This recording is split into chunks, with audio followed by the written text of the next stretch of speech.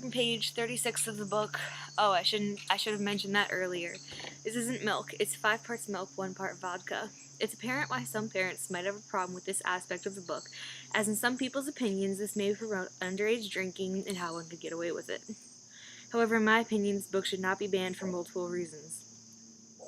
By reading material such as this in a book, teens initially consume the material by far better means than they most likely would elsewhere, such as in person and in firsthand. If a parent insists on their child not reading this book, then in my opinion, they should be responsible for just their child. It's not right to take this valuable reading material from other teens and children. Looking for Alaska is a book that has been challenged and banned all over for language, sexual, and harsh scenes. I understand where those people are coming from. They want to protect their kids, but as young adults, are we supposed to pretend we don't know about those things? When people ban a book, they focus too much on the bad and not enough on the good. Looking for Alaska is about friendship, adventure, and discovering who you are. There's a quote in the book that goes, not fuck like in those movies, not have sex, just sleep together in the most innocent sense of the phrase. The scene right before this quote was one of the few reasons for banning.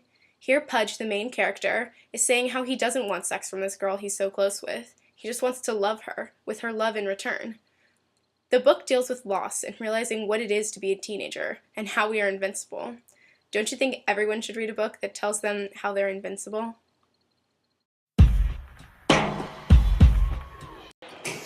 My quote is from Looking for Alaska, and it says, look, we're going now or we're not going. Fuck it, I'm done. I'm not going anywhere with you, the colonel said. This quote is explicit in language, and I can see why some parents have a problem with this, but